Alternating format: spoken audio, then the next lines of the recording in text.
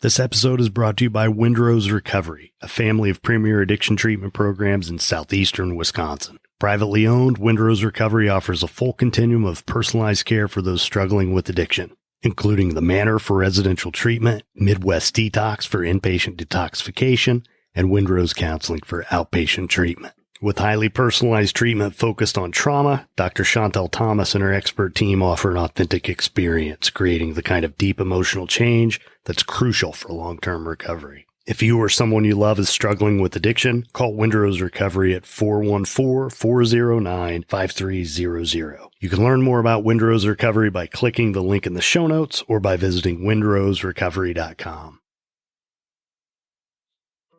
Thank you for listening to The Path to Authenticity. My name's Tom Gentry. I think of this show as the opposite of small talk. You'll hear real conversations with real people who know who they are. We talk about what makes them who they are, how they became who they are, and how we might become truer expressions of who we are.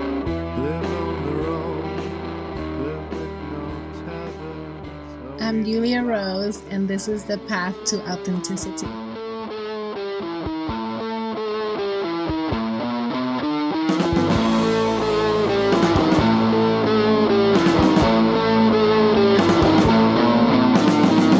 Nowhere to run, nothing to hide from the government's prying eye. Take yourself a summer holiday. The Path to Authenticity proudly supports the I Speak Media Foundation, advancing media literacy education through an evolving series of outreach programs within the communities that need it most. For more information, visit ispeakmedia.org.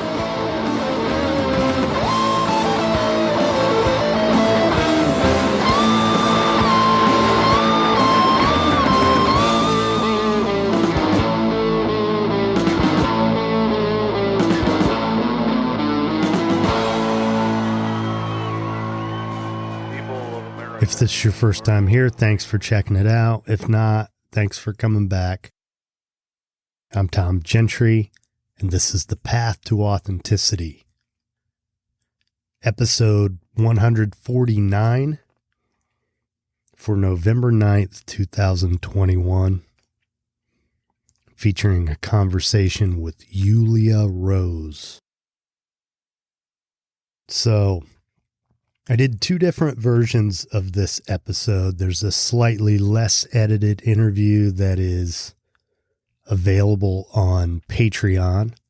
It's patreon.com/thepathtoauthenticity. And in earnest, I want to ask if anyone is interested in listening to some supplemental content, supporting the podcast. Every little bit helps. So you can become a patron on Patreon for as little as $3 a month. And I checked just before recording this. At this point, I have over 270 recordings that are only available there. A lot of them are unedited interviews, works in progress for this new podcast that I'm putting together called 20 Questions. And I upload each episode to Patreon as soon as I finish it, which is usually a few days ahead of time before it's publicly available. So if you're inclined, please check it out. Again, patreon.com/thepathtoauthenticity. I'll leave a link in the show notes. So, I think you're going to enjoy this. This was a lot of fun. Yulia Rose.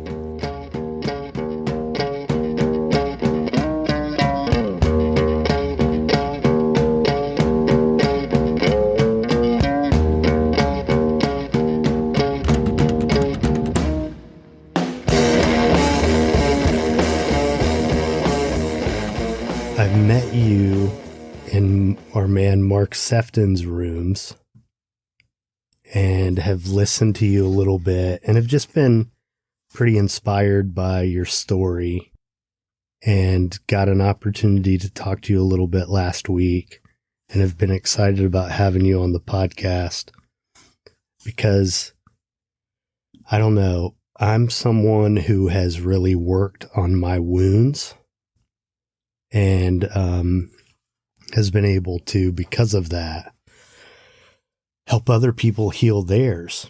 And to me, you are a really great example of that in life. And it just inspires me how you've not only done that, but you've done that in a way that is very, very bold and probably in some ways outside of the parameters of what a lot of us see as acceptable. Do you think that's fair to say? Yes. So, which isn't necessarily right, I don't think. So, how do you describe what you do for a living? I help people connect to their pleasure by releasing shame, energetic blocks, any trauma in their body. And I help them have epic sex by loving themselves. You help them have epic sex by loving Epic themselves. sex, yes. Epic sex. So, can you talk a little bit about how you got here to this place in life?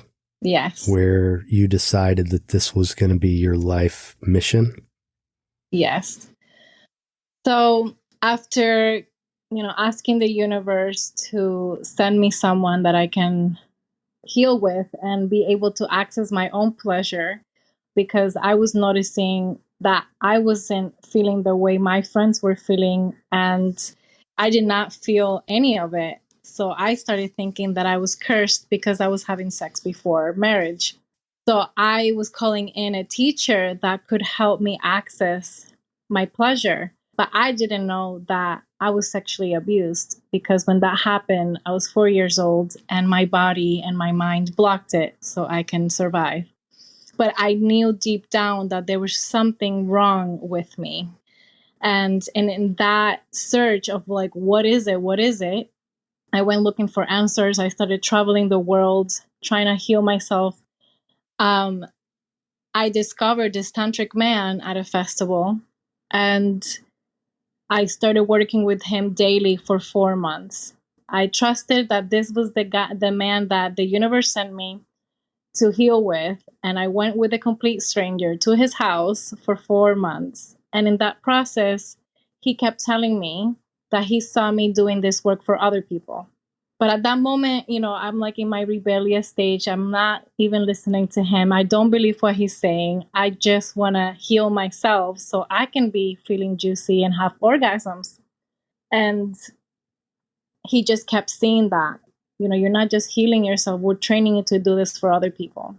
And after working with him, I had sex after 4 months. And when that happened, my whole body changed. So I hadn't had any sex prior working with this man. And after, I felt my yoni, my pleasure. I felt my nipples for the first time.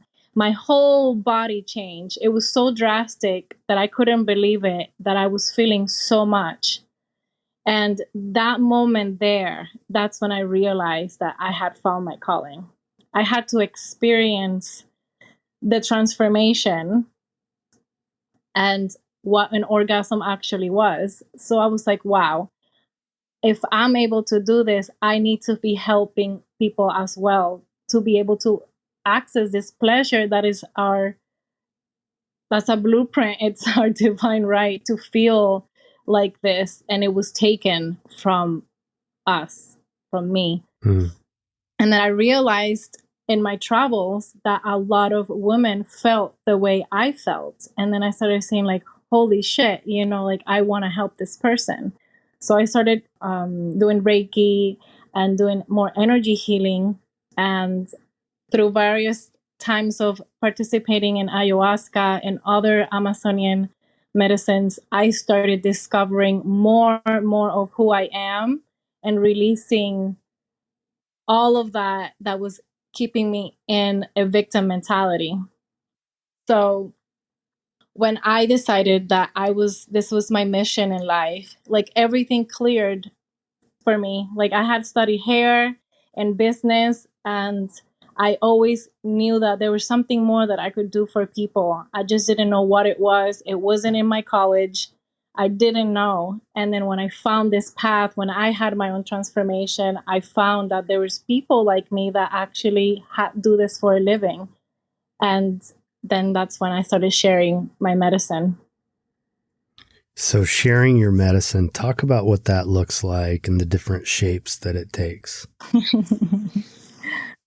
So I've, like, the past 12 years, I've studied different modalities. So energetically, I balance people's energetic centers. And through that, I could do that with hands-on or hands-off.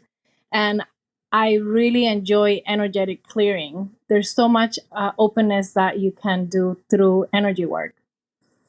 So I've done the energy, but I'm really into the Tantra aspect, the sacred sexuality, like not just using energy to heal, but also using sexual energy to heal.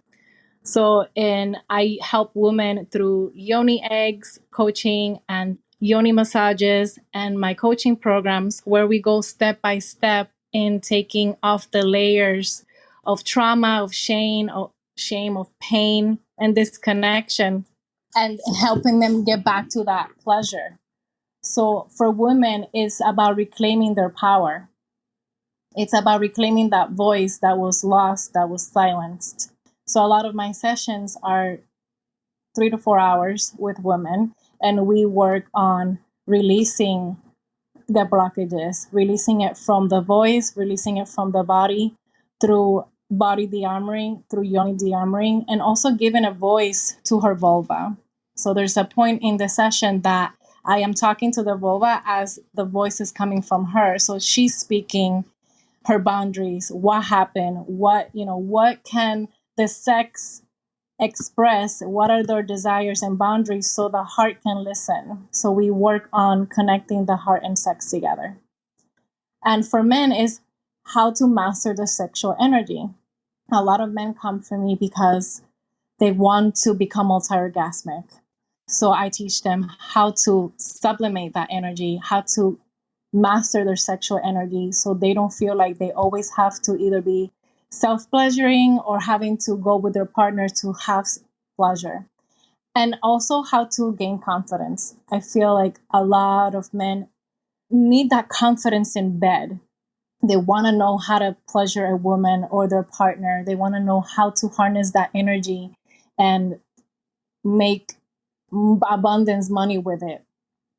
So between the man and the woman, what we see in sacred sexuality is that when we realize that we're divine creators, that we can manifest with our sexual energy, that we can heal with our sexual energy, that when we make love, we are sacred beings. It changes the patterns in your mind. It opens up your heart. You see yourself as sacred, as a sacred temple. So when you're engaging with somebody, it's not just for casual sex. It's a big deal when we discover that we are energetic beings, and that when we penetrate with all of our being, and we're receiving that penetration as well. That to become one, it's actually a fact. Energetically, we do become one. We change that outlook in what sex really is.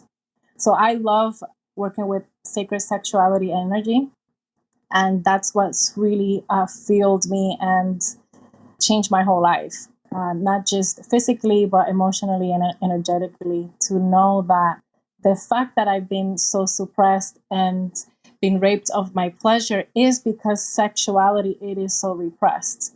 And when we embrace our own sensuality, when we bring joy and innocence to it, there's no need to repress it. There's no need to force yourself upon other people. So I love to bring consciousness to sexuality and make it okay to talk about. Yeah. So let me ask you, the expression sublimate energy or sublimate sexual energy, what does that mean?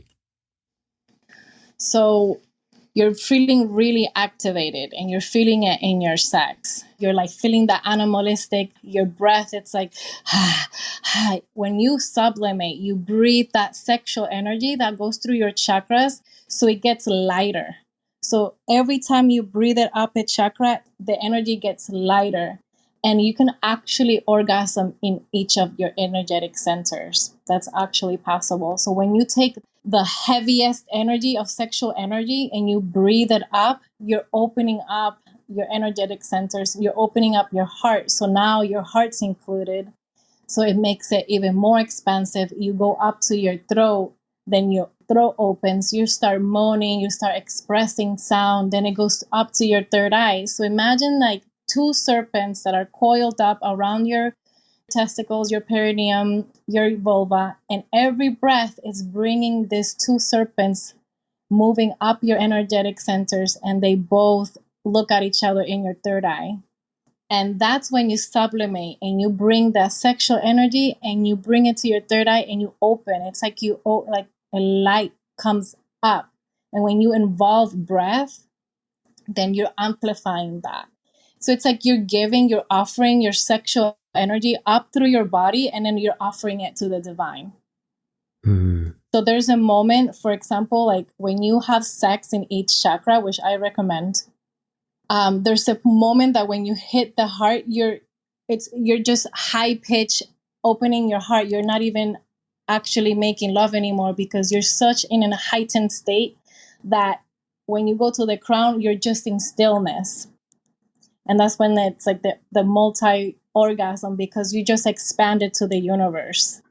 You no longer need another person for pleasure. And that's the union of divine energy, because it's you, right? You are the source, and you can share this with a beautiful human being. But the reality is that you can get there by yourself.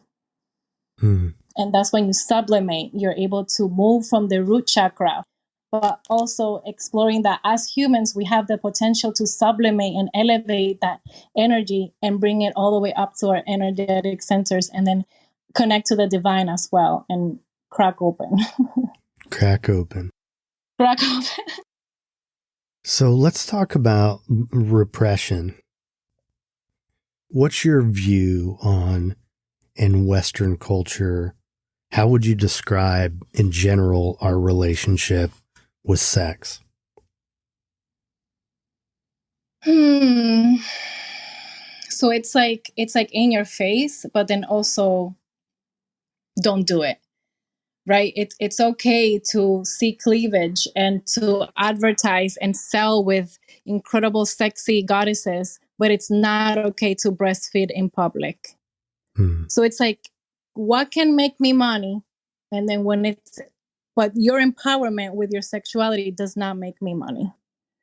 So it's that kind of conflicting message. It's like, okay, is it okay to be sexual? Because you're bombarding me daily with commercials with sexual energy, but then also you're telling me that it's wrong. So it's this mix of feelings. Like, I get confused with it too. It's like, oh, is it okay to be sexual? Oh no, you're a whore. Oh, okay. So when is it okay? So it's very conditional, and it varies with cultures. But I feel like if everybody was empowered in their sexuality, we would be a lot more in control over our lives and a lot happier. I feel like that sexual repression causes so much harm. Like watching porn, when we look at porn, is it really sex? The most popular porn, it's more for the pleasure of men. And you would think that men enjoy that, but actually I have clients that feel so much pressure to look like that, to have a penis that size, to perform that intensely, that it damages their confidence. So it's like, what is sex? Is it sex in the movies? Is it porn? So there's that repression. But if somebody talks about, oh, I watch porn, they might be like, oh, you're doing something bad. So it's like, what is the influence, the education that we're getting? So I definitely recommend, there's porn out there that's real, that's juicy, that's artistic, and less more of the more popular one that it's just more targeted to specific scenarios that actually really harm the psyche. And I'll tell you more about that. I just had my nephew tell me, Titi, I've been watching porn and I'm starting to see women differently. And I don't want to do that. Why is this happening?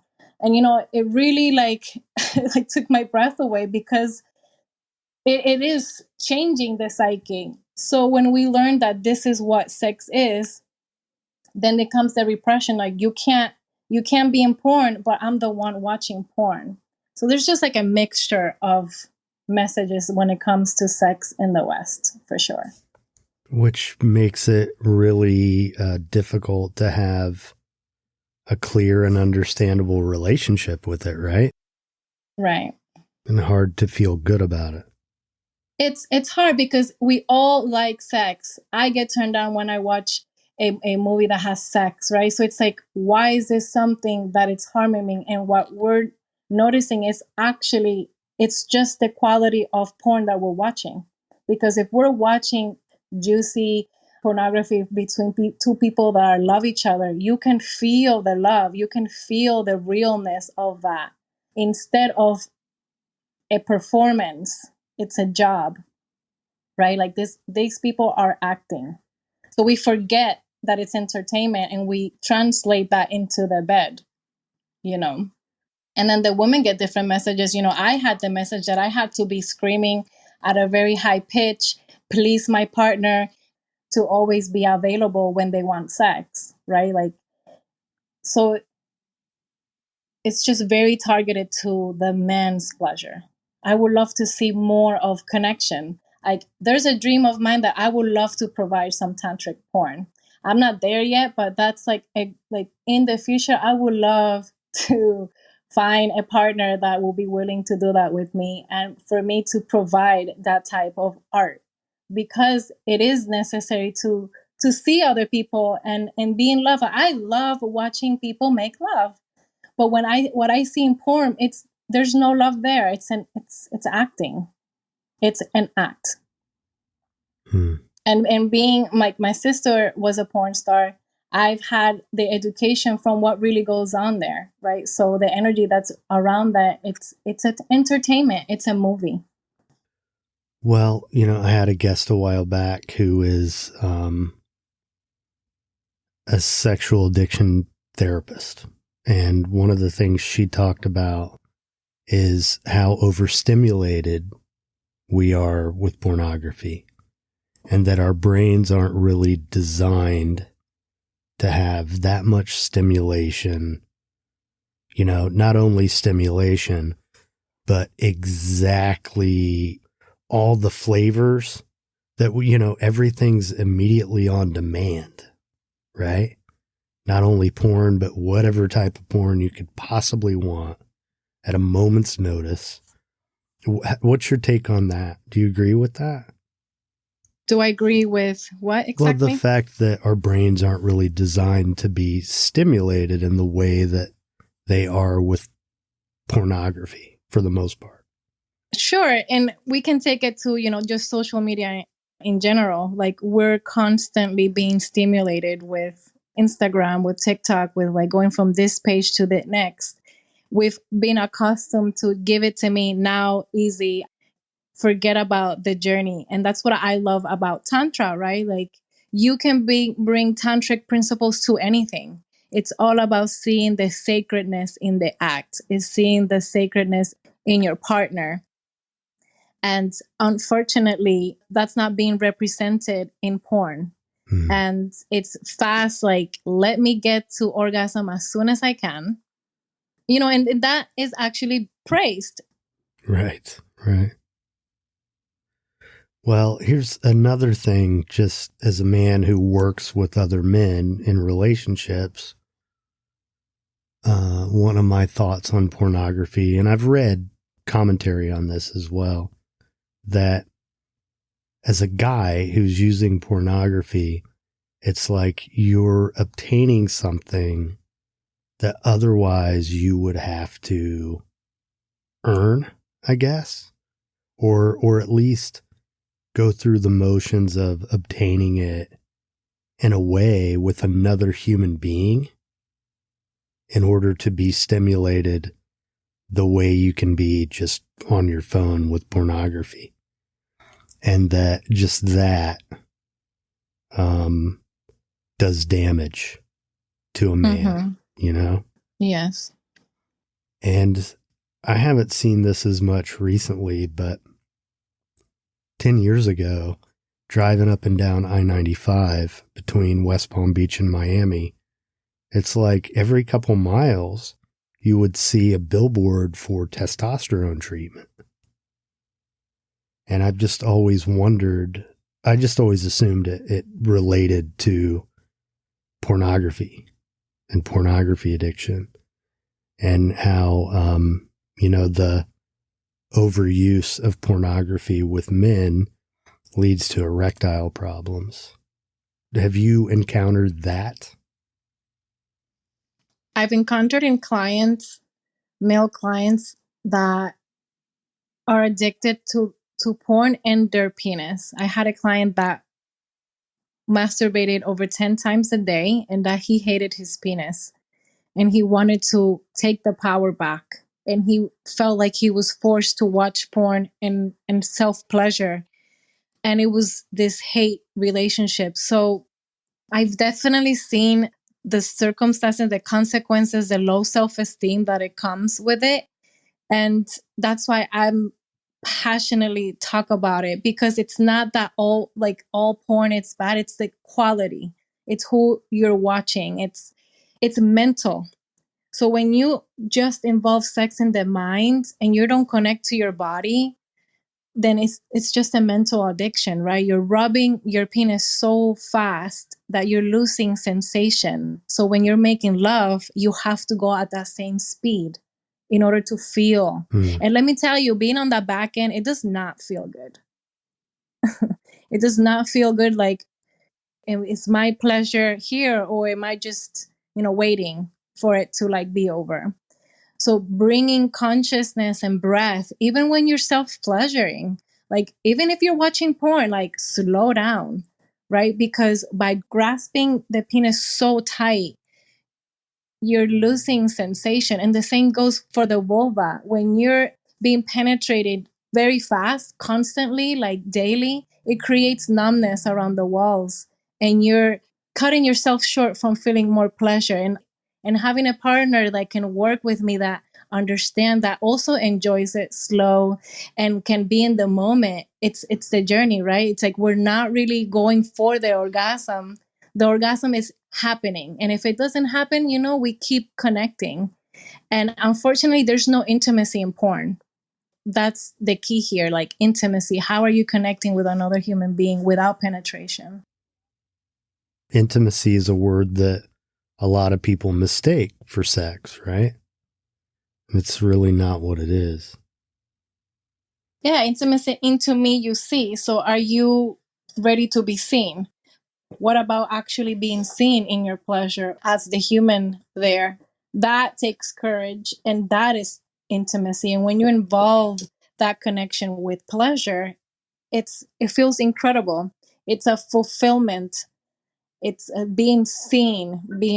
When somebody sees you, it gives you some sort of pleasure than to be in the shadows or disconnected. So I always recommend to connect your heart to your sex before making love, consciously. I love to, before touching my heart and moving that energy down to my sex. So when I'm in the juicy pleasure, my heart's also feeling juicy, and my whole body is in orgasmic energy, and it's not just my lower body. Because I've had those orgasms that I'm like, okay, I don't prep. I'm just going to go for it. And it's so disappointing. So now that I know that information, I'm like, no, I'm going to invest more time in myself. I'm going to play with my breast more. I'm going to activate myself more. I'm going to breathe more, because I know that when I have that orgasm, if I do, it's going to be mind blowing. And sometimes I don't even orgasm. I just pleasure myself, and I just keep pleasuring myself and building it up.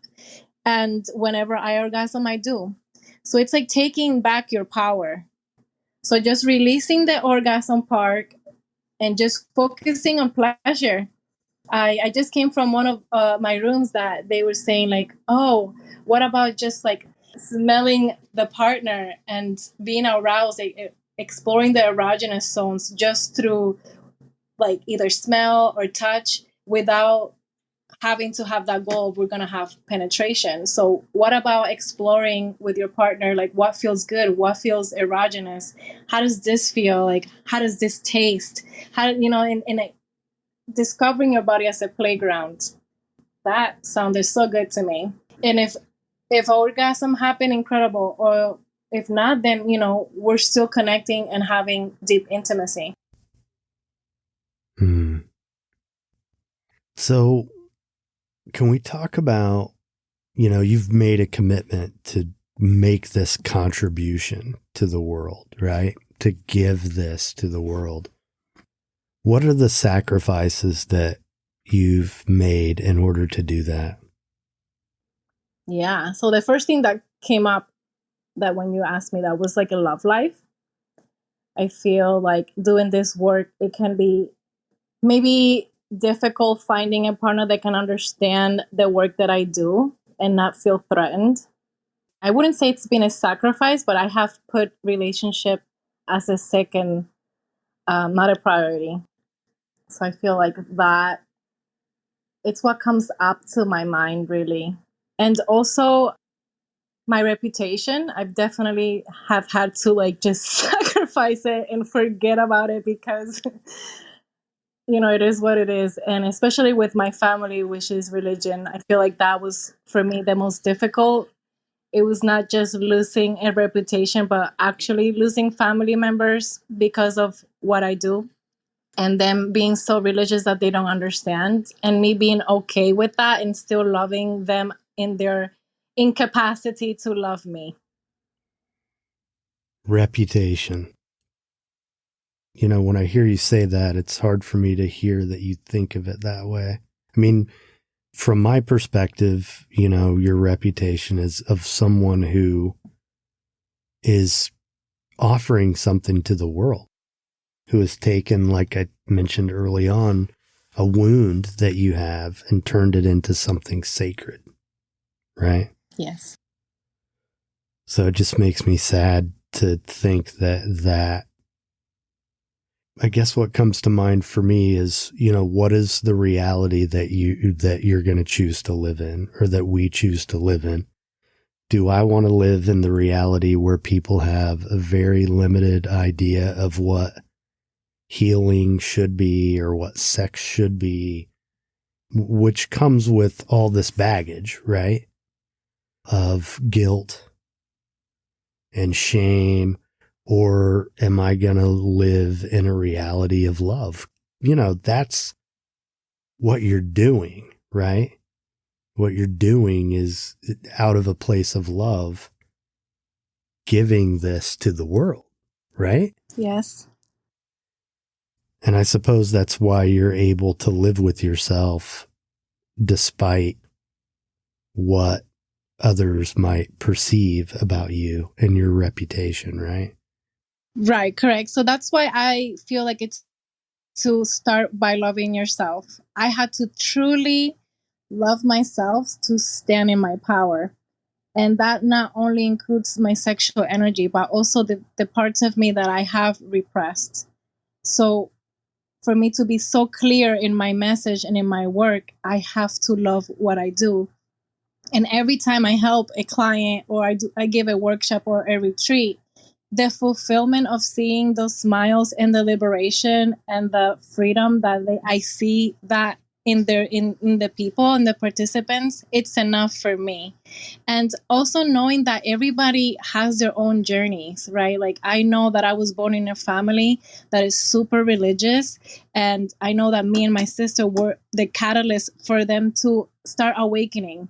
In one way or another, we're shifting what's been stagnant. And I knew this when I was very young. I would tell people that I was different and that I've come here to break the cycle. I didn't know what cycle I was talking about when I'm 15, but I knew that I was going to be different than my family. And it's been healing to, like I said, just to love myself so much that also find compassion for them in their process. So what is the cycle that you're breaking? The cycle of unawareness, of following what has been taught by other humans. You know, like, for example, in my family, we're from Puerto Rico and my father's family is from Palestine. So I come from both family sides that are very strong in their beliefs. For you to break from that, like for me to decide to not get married when I graduated college and follow a path of just traveling by myself, that was like something not approved. The fact that I'm still 35 and I don't have a child or a husband, I'm changing just the cultural, and add to that I'm a sex coach and that I believe that we should all be self-pleasuring. It goes strictly against of their religion, which is, you know, masturbating is a sin. So I knew that I was put here to challenge the status quo, to even put the seed of another possibility. Perhaps we're not as sinners. Have you ever thought that sin and that burden that we've been carrying, we can actually take the cross off of our backs and release that pain? I know that I felt lighter when I did. So by me being me, in my frequency, I activate around me. And I know that that's what I've done in this family cycle of doing what you're told or following the strict rules and not questioning anything. You know, like I questioned everything and I still do because I don't trust human answers. I only trust what I've experienced for myself. And that's why nobody can take that from me. I will die with what my truth is because I read it in a book. I read it in a couple of books, but my experiences are something that the universe gives me, and that cannot be taken from you. And I've experienced everything that I teach and everything that I'm passionate for. It's because I've changed personally through them. And I'm not following anybody, right? I could be inspired by other people. People can inspire me, but it is through my own transformation that I get to my truth. So how do you think you knew? I mean, you knew since you were a little kid that you were supposed to break the cycle. That's interesting to me. How young? So I guess since I don't know, since I can remember, I used to like look at the stars and I knew that I was from the stars. I don't know exactly how to explain how unfit I felt in my family. I just felt it really intensely. I was like at all times waiting for Jesus to come rescue me to the point that I would like sleep sideways because Jesus was next to me. Like I loved Jesus. So it's not that I'm against the religion. It's just what humans do with it and the power that they use through it. But yeah, I just knew, you know, I was singing in church and I just kept looking around my family and I kept seeing that there was a lot of negative talk over and over again. And it was the same problems over and over again. And I kept thinking, well, maybe in 5 years things will change. And every 5 years things don't change. And I'm like, I don't want to be like this. I didn't want to be like my mom. So my mom was like my ultimate guru because she taught me exactly what not to be. So I grew up wishing to not be anything like her, right? So she taught me to seek a different path. So when people say or express that we choose who we're born with, like I believe that, even though it was hard as hell, I know that it is through me picking these two parents of mine that I was able to choose a different path for myself and change the cycle.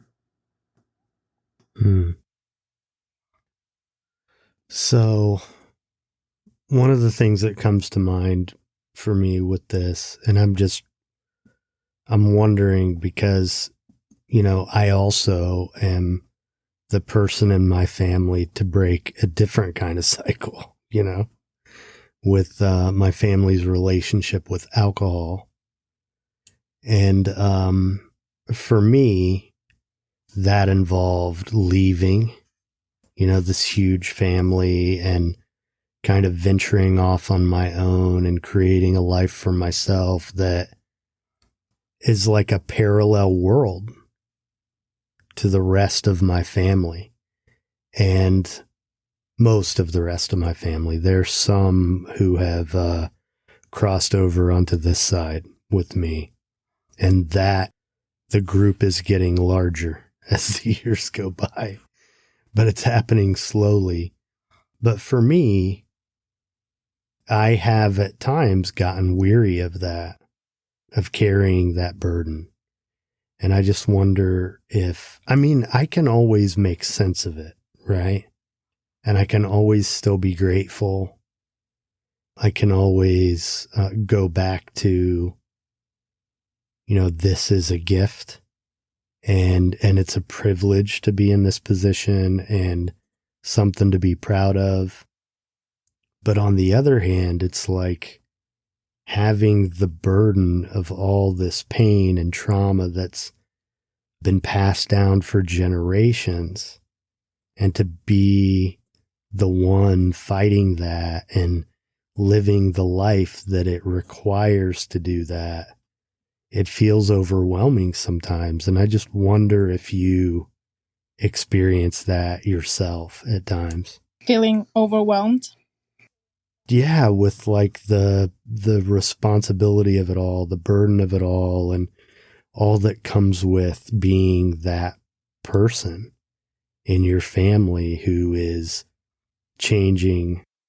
I definitely want to, set the world on fire sometimes. And you don't mean in a positive way. You mean burn it all down? No, for sure. Like being an empath, I have to be consistently be releasing what is not mine, because it does get overwhelmed, and I do go into major depression episodes. And it's a constant practice that I have to do to keep myself healthy, for sure. Yeah, that's the other part of it, that when I'm in those places emotionally that you're talking about, just to remember, oh yeah, I'm breaking the cycle here.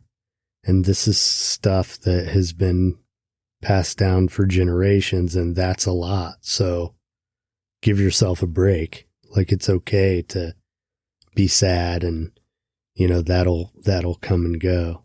Yes, definitely. And, when I look at my grandma and I see her life, and I see what she's passed down to my mom, because it wasn't looked at or seen.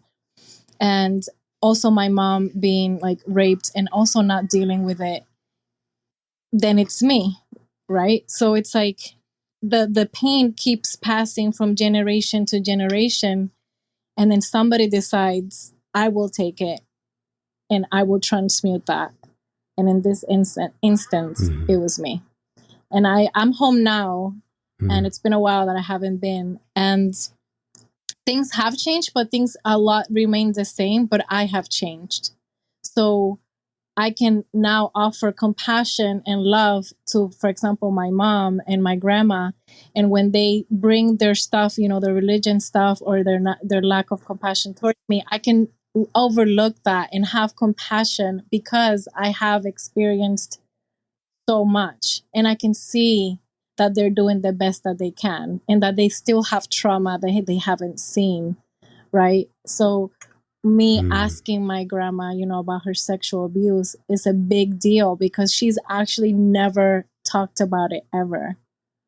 So I started seeing that, wow, it does get passed on. And although I've read about it, but when you see it, and when you see how they've actually changed a little bit, and they're more open and open, because when you work on yourself, you heal 7 generations back and 7 generations into the future. Like, I believe that. And I've seen the changes, the open mind is to, my grandma asking me, hey, can you teach me how to do a penis massage so I can do it to your grandpa? And I'm like, whoa, that just happened, you know?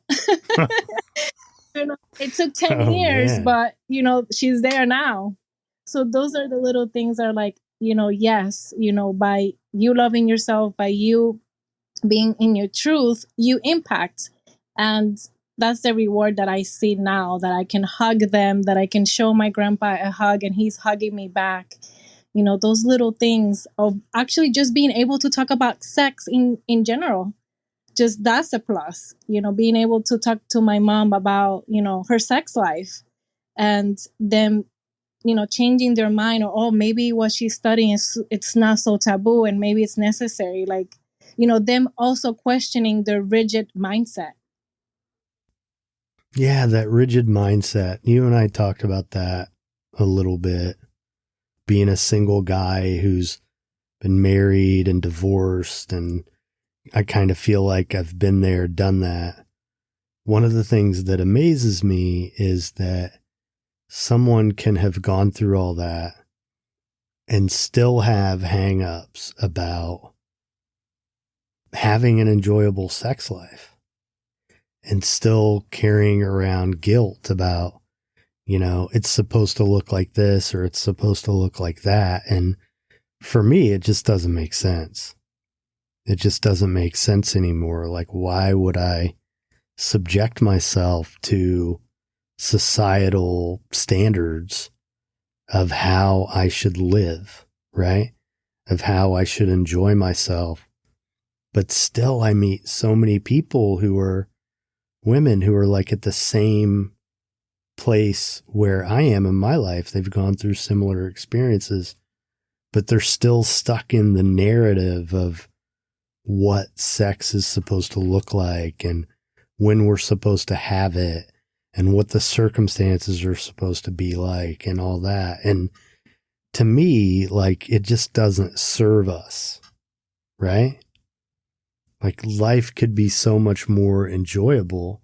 And I'm not talking about not having any standards, right? Because that's something that I learned a long time ago, that I needed to have a set of values when it comes to that part of my life, every part of my life for that matter. But we're talking specifically about that part of our lives, having a set of values and living that value system, and understanding that when I go outside of it, not only do I not feel good about myself, but I'm off track spiritually, right? But, but I get to decide what that is. I don't have to, it doesn't have to be based on what I was taught as a child or what most of the people in our culture think. And it just seems like to me that because we're so repressed as in the Western world sexually, because we're so repressed, that it's almost like an all or nothing kind of thing, that people act as though either you have a certain set of standards that society would co-sign, or else you have none at all. Does that resonate with you at all? Definitely. And what comes up to mind, it's this experience that I had in college. So I went to religious college, Seventh-day Adventist, and I was born into the religion.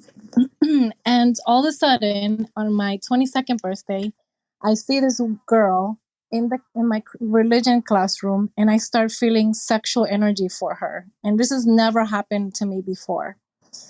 Mind you, I'm in a very religious class, and being gay or homosexuality is out of the question. And I'm there day by day questioning, why am I feeling this way, and going to sleep crying because I'm going to go to hell. And I didn't understand why something that felt so good was something that God also condemned. And that's when I personally started questioning and like shaking off what other people thought I should be doing. I tried my whole life to go to church, to not have sex before marriage. Obviously, I wasn't able to do that, so I carried that burden. So I tried to like do as much as I could in college to be faithful so I could go to heaven, because I don't want to go to hell. And I sacrificed everything. But when this girl came to my life, I was like, this is it. This is where I draw the boundary, and it's a no for me. I'm gonna go for it and forget what other people say. And I like I got so much I don't know what the word it is, but scrutiny. I was being kept in classes longer than usual because the teachers wanted to talk to me extra. My tires were being slashed daily. Like, I had to change my tires so much. I was expelled from the dorm, and I couldn't understand why. People stopped talking to me that would normally talk to me. And it was the first time that I felt that rejection from humanity. Growing up, I was pretty, I was smart, so I was pretty likable. I never actually felt that rejection from people. And until I just went public with my girlfriend. And it really hurts. It really hurts when adults are telling you that you are wrong and that you're going to go to hell, and calling your parents and telling them what you're doing. And it's adults that you looked up to. So it was very confusing why people cared so much about my personal life. It's really because, I'm going to go to hell, right? It's like, what makes people so passionate about what other people are doing, right? It's like, this is what I believe in, and you need to agree with it and follow it. Like, why can't people express what they need to express without hurting anybody and be individuals? So that's when I started questioning this whole religion thing. And that's when the first time that I stood up to my family, and I said that I wasn't going to leave her.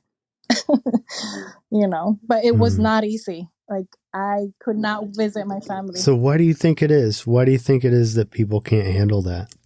I believe that, our beliefs is our structure. And when you start questioning people's beliefs, you're questioning their existence. If I come and break down what I believe to my grandma, she won't, maybe she won't be able to handle it. She's happy with her belief system. And I learned that it's okay for her to believe whatever she is, because, there's many ways to awakening. My problem is honor everybody's choices and journeys. And my journey, it's not the way, right? Like, it's my journey. And I just feel like when I make you believe and agree with me, I'm getting that validation that I'm right. And when you start questioning your existence, that's hardcore, right? Like, not everybody questions their existence. Not everybody questions what they're being taught or told. It's too, like, what are you going to be left with? You will have to be an empty book and then be filled up. And that takes courage to leave everything that you've been taught and start fresh. And, it's definitely something that takes courage and the willingness to do. And I thank God that I did it, because I needed answers and nobody was giving me the answers. So I went and looked for them. And I'm happy with what I discovered on my own. I love hearing you talk about that, because what I've learned in my spiritual growth, what I really believe is that we have the answers anyway. We're always going outside of ourselves in general, looking for answers that we already have. And that's not a real popular belief, right? I mean, that's not what Western religion wants us to. They don't want us to be that powerful. Right. If you need to go through somebody to reach God, you take away the power from the people. And, Jesus' message was heaven's inside, right? Heaven's within. So what does that exactly mean? That you have to go inside. You have to go and discover your own self through meditation, through yoga, through psychedelics, through whatever it is that you're called to explore that inside world. You know, how long can we actually stay in our minds and stay there? It's like you were saying earlier, we're so activated by sensation, like me as well, you know, like I want to be activated by sensation, by pleasure, by sugar. We're just so in the external, and on the outside, how much time are we actually discovering what's in the inside? I went to a Vipassana meditation for 10 days where you are in silence completely. You are meditating 8 hours a day. You're not making any eye contact. And it was one of the hardest things I've ever done. And on day 8, I discovered why people meditate. Like, it was like 8 days of suffering. And then on the 8th day, I was like, oh, I kind of get it. And it's really something when you are in silence for so long and you actually start bringing that awareness within. And I was able to feel a lot of anger that I had. And I kept telling my teacher, like, why am I so angry? She's like, well, it's been stored and now you're feeling what's in there. And I just spent 5 days of this meditation just feeling angry for hours and not knowing why. And it was because it was coming out, everything that has been suppressed, because I'm so in the external world that my internal world was just suppressed. And I was able on the day 9 and 10 to actually go to parts of my body and go there mentally and amplify and control that sensation. So it was incredible. So like when they say that, you know, monks can control the temperature of the body, it's like, I believe it. Like, I couldn't get there, but I know that if I practice enough, I'm able to do those types of things. So it's like, wow, I'm a powerful being. You know, Jesus even said, you know, things that I'm doing, you're going to do even more. So why? That's what I tell my grandma all the time. It's like, why can't you believe I'm doing more, grandma? Like, Jesus said it. I love my grandma. No, that the Vipassana retreat is something that I've wanted to do for a long time. And I haven't been able to, or I haven't prioritized getting away for 10 days to do that. But I feel like, at least on some level, I just have this belief that there's a lot of healing that's going to come with that. And that I'm kind of at a place in my life where that's the kind of healing that I need most. Just to be in silence for a period of time like that and to really meditate and go within on that deep a level. So it's nice to hear someone else talk about having done that and how much you've gotten out of that. Are you going to do it again? I know the first time they want you to do the full 10 days. And then after that, don't they have 3 or 5 day retreats that you can do as well? They actually, you know, because I'm like hardcore, I actually wanted to do a whole month. But I'm just going to start with 10 days again. But yes, I was in the mountains of Arunachala, which is South India, where people meditate. And there's this guru there that he found enlightenment in a cave. And when you sit in that cave and you meditate there, it's such an incredible experience to feel that passion for spirit, for the truth, right? And he enlightened himself by asking himself, like, who am I? And you keep asking this question and you would be astounded of what you actually hear. And so who am I? Who am I? Asking this question, and he became enlightened. Ramana Maharshi, right? That's him. Yes. And I was so inspired by him that I stayed 1 month there and traveled up the mountain, which is called the Shiva Mountain, which is 4 hours. And it's a whole spiritual experience once you come up there. And when you see this devoted people to spirit, it's just really incredible. So I definitely, you know, in my process of healing and journeying, I spend a lot of time in ashrams and in journeying and discovering who I am and this heaviness. I remember asking myself, why am I feel so heavy? Like, what is this? And when you are guided by the universe, I would just kept being guided to these ashrams where I discovered more of who I am and having the time to be with myself. Right? It's like I said, we're addicted to sensation, and being by yourself, it's not always fun, but it's the key to learning who you are and what you're about. Like, if we're not okay or happy with who we are, then we're giving away our power completely to, we're looking always for partners, like, please don't leave me, that codependency, you know. But what about you actually providing that safe house within yourself, and you bring that safety in your body by knowing who you are? So all the work that you do, say you encounter someone who knows absolutely nothing about any of this stuff and you have to dumb it down completely. How do you describe it to that person? Yeah, I would, like, the first thing I would just describe is look at yourself in the mirror, and what are the first things that you see, what are the first thoughts that come to mind? Like, what about looking at your whole body naked and then starting the journey from there?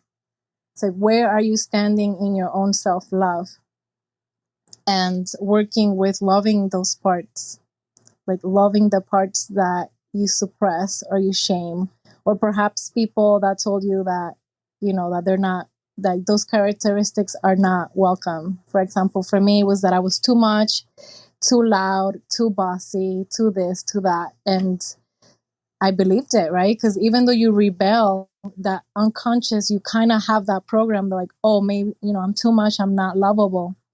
Or like listening to the thoughts that, you know, your mom or your parents told you when you were a kid.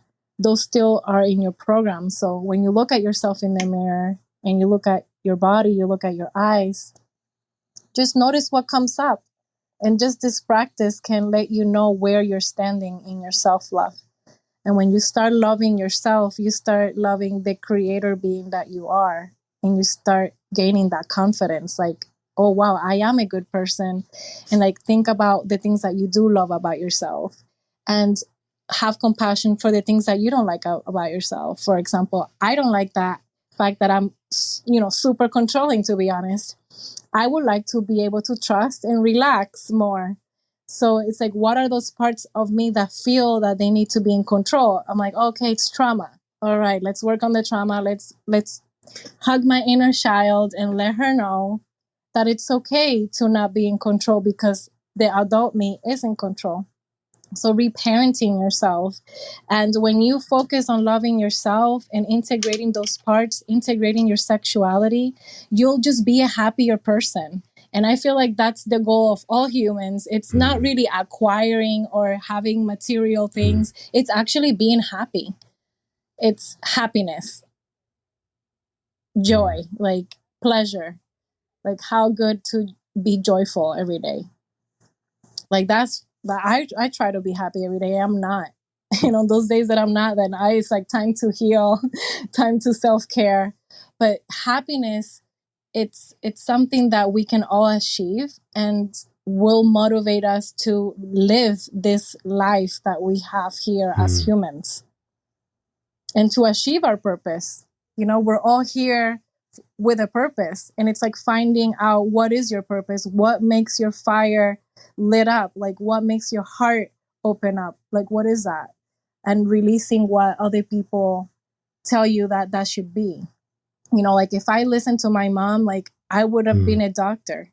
Well, you kind of are, aren't you? You're a different kind of doctor, Yulia. You're a doctor. All right. So purpose, that's something I've given a lot of thought to over the years. And I actually just put together a workshop on finding your purpose. And one of the things that in the reading that I've done regarding manhood, there's a book called Fire in the Belly by an author named Sam Keen.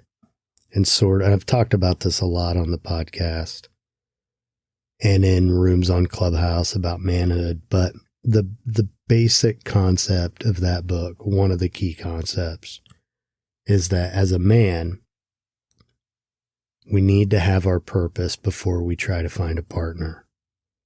That we need to know what we're doing and where we're going before we try to get somebody to go with us. And whenever we have that juxtaposed, we're off track. And I know for me, most of my life, I've tried to get the partner and put the purpose stuff on the back burner. And it's never worked out very well, you know.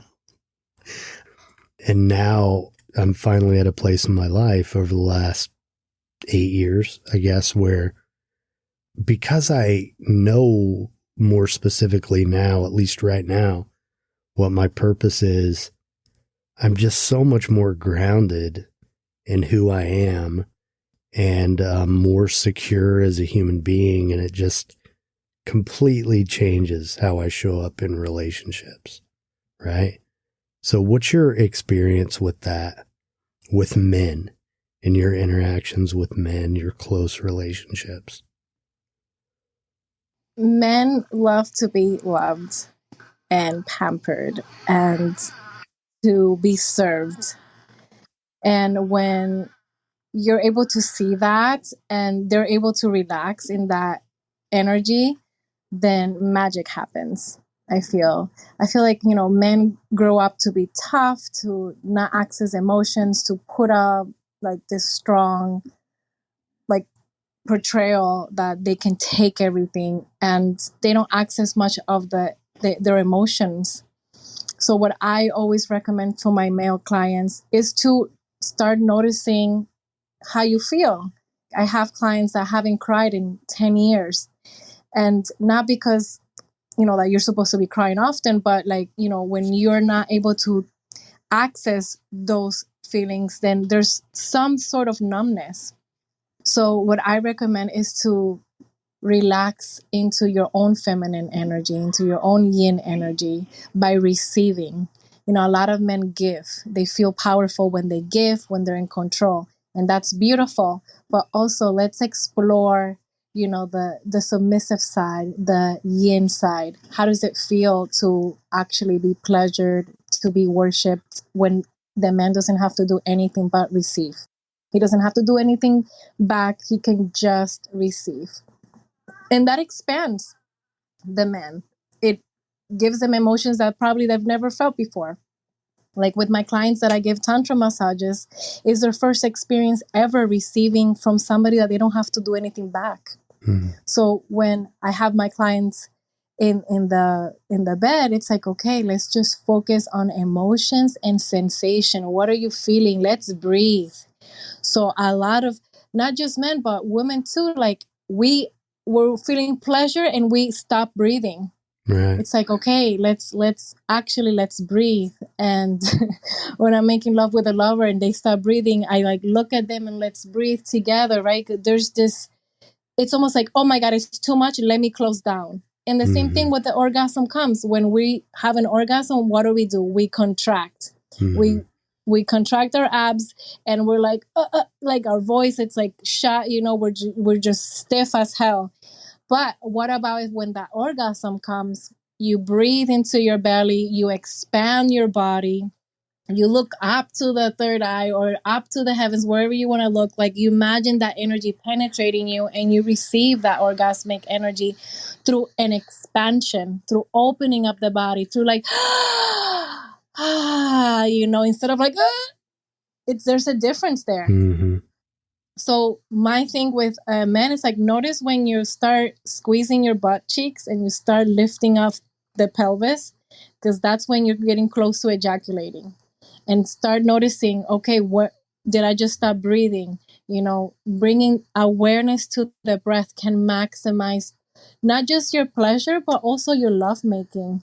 If you're making love with someone and you're not breathing, are you really feeling pleasure? Are you really present with them? Are you feeling their pleasure? You're not breathing.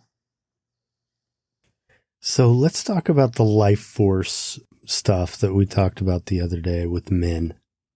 You were talking about the work of Manak Chia and the multi-orgasmic male and how retaining orgasm for men, especially as they age, affects a man's energy. So it takes, depending on your age, it takes longer for your testicles to produce the energy for you to have an ejaculation. So if your testicles take 4 days, you can have an ejaculation every 4 days and still be healthy. But what about if you're having an ejaculation every day?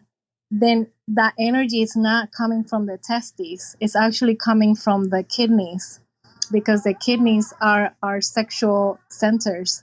So what we're doing, we're depriving the kidneys from energy, and you're using that energy. And when the kidneys are spent, that energy is coming from the brain. So that's why it's important to, as a man, to learn how to sublimate, how to move that energy up and not just ejaculate every time, because you are losing vital life force energy every single time. So through tantric practices, the work that I do with men, I teach them how to do the microcosmic orbit, how to sublimate, how to separate ejaculation from orgasm, where you're able to breathe the sexual energy up and still have orgasms, but retaining your life force energy, your semen. And this way, you're able to do projects, keep your creative energy. Napoleon Hill talked about it as well in his book, of like one of the ways to make money is using your sexual energy to manifest and sublimate it. So the people that practice this, they have a higher actual sex drive, because you're always moving that energy up. And it's like you're charging your body. Like if your body's a battery, you're charging this energy.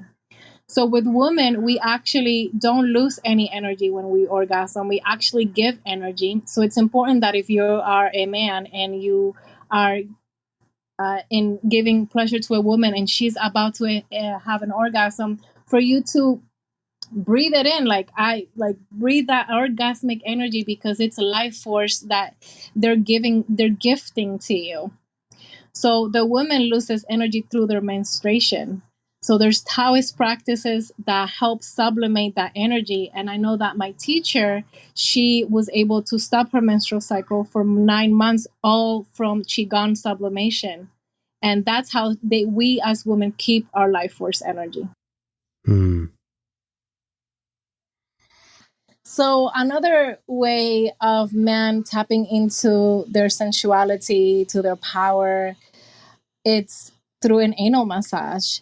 That is such a taboo topic in the West, like no other, and also Latin America. And what I found with clients that allow an anal massage and the ones that don't, is that they're able to feel more pleasure and more emotions in general.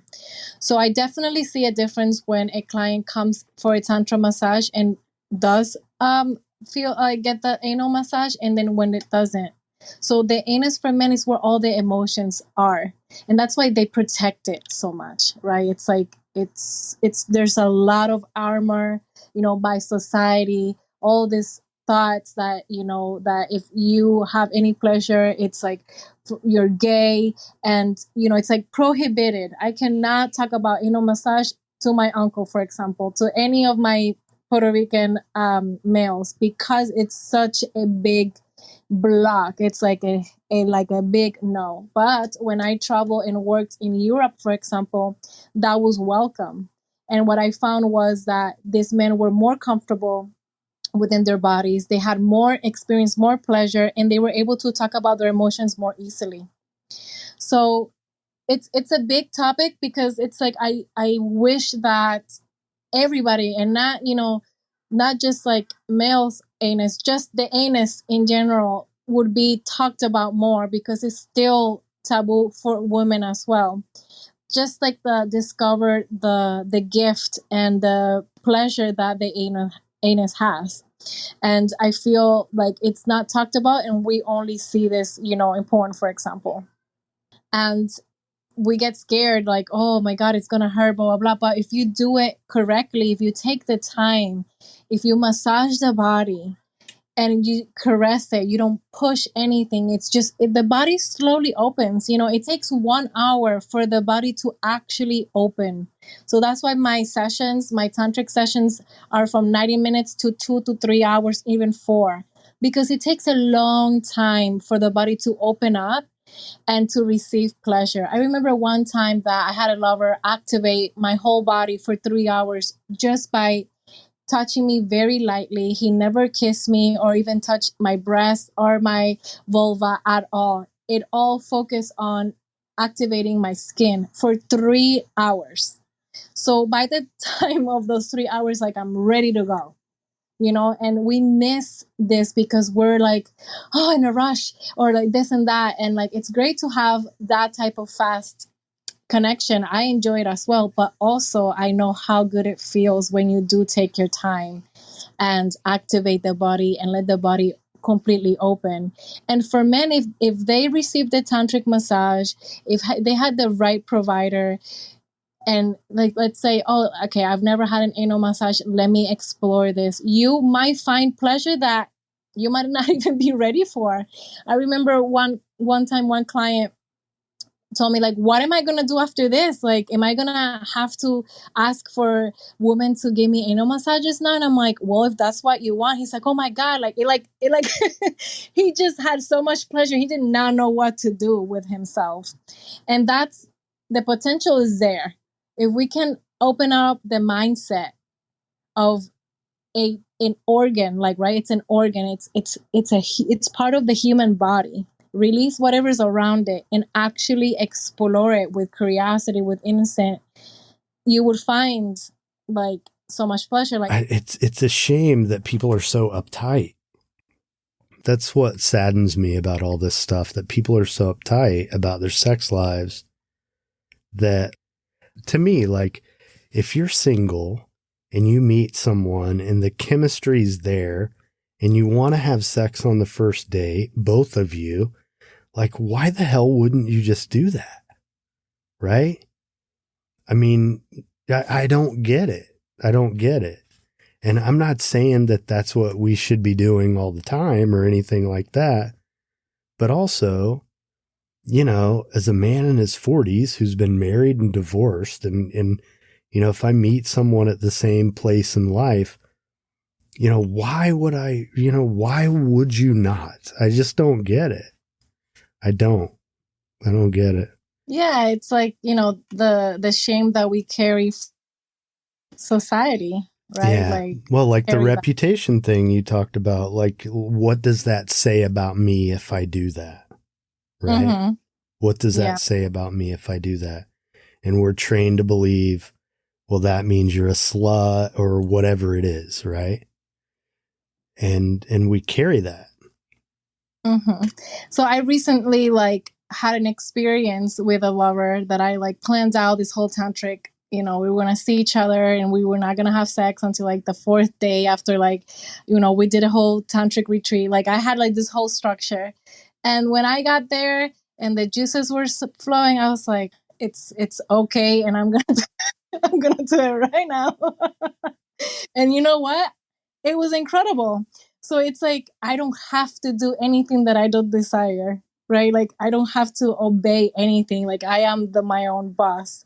But I also, I understand how we still carry, other people's burdens in me. I remember, being all super into the spirituality and never having, one night stands and just shaming the hell out of it. And then I had a one night stand and I'm like, oh my God, I had a one night stand and I felt shame about it. I'm like, actually, this is not okay either. I can be my sovereign self. If I want to have sex right now, I will, and I'm still empowered. So it's like releasing that thought that, oh, I need to, like, there's a saying that if a man dates, has sex with you on the first date, that they don't care about you. And then there's all this evidence that is true. And I'm like, no, that's not true. So it's like releasing this beliefs that this has to be a certain way. Like, I don't have to be considered a slut if I sleep on the first date. Like, and even if I'm a slut, then what? Then so what? Right. Right? Right. So what? Right. All right. Well, I just noticed that you messaged me like 17 minutes ago that you have 15 minutes left. So, all right, I have 15 minutes extra. Okay, great. Great. All right. So, looking back on your life, when was the time when the younger Yulia needed encouragement, support, advice? When was the time she needed it most? And what would you go back and say to her? It would be the time where I was in high school.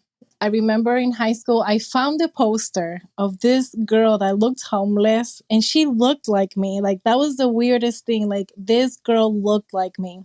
And it was a poster about, like, abused women. And I brought that poster to my house because it looked so much like me that I lied to my family. And I said, look, this is me. And they believed it. By me saying to my family that this was me and that the status of this person in the picture was pretty bad, I was sharing how in the dark I was. So I feel like in my teenagers, I was very depressed, and I was also unseen. It was like I was transparent. So I would have loved to go there and, like, watch the poster like that she's showing me, and then show her compassion and let her know that she's not abandoned and alone and dirty and, yeah, miserable. And I would hold her and let her know that she's gonna do great things, not just for herself, but for a lot of people in the world. That's beautiful. Yeah, I can relate a lot to that feeling of being transparent or feeling transparent, not seen. And it's not a great feeling for a kid to have. So, well, I definitely see you now. I mean, for sure. And so does everybody else. And it's pretty inspiring. So I really appreciate you doing this and taking the time. I appreciate you.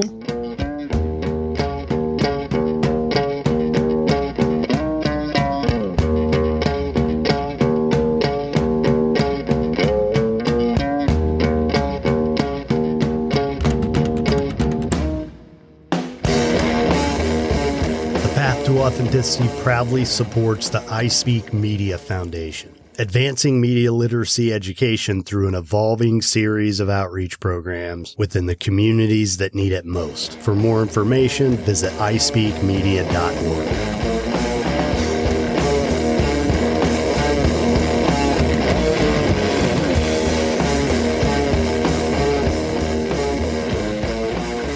All right, there you go, Yulia Rose.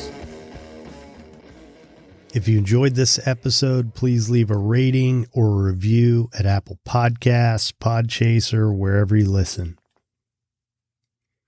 Every little bit helps. If you know someone who you think would enjoy it, you can pretty easily forward it to them. I try to make it simple to do that on the website, thepathtooauthenticity.com. I want to thank the show's sponsor, the Manor and Windrose Recovery. Thank the band Punk Rock Opera, whose music you hear throughout the show. Their songs are used with permission from the artist and under a Creative Commons license. Check us out on Facebook, Instagram, both at The Path to Authenticity. Always have rooms going on Clubhouse. Right now, I'm just about to begin a 6-week series on codependence. Got some great interviews lined up that I'm really excited about. Winding down the end of this year. Been a rough couple years, man. 2022 is going to be good. So, as always, thank you for investing your time in this show. I truly appreciate it. Hope you have a great week. Be nice.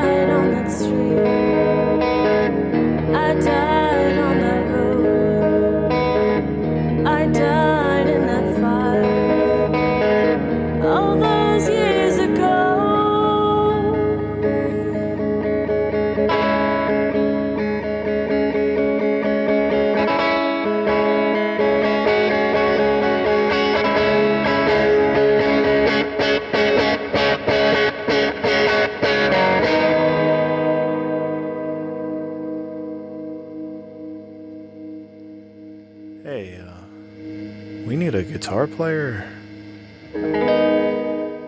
This episode was brought to you by Equivox. For digital marketing or web design services, visit equivox.com.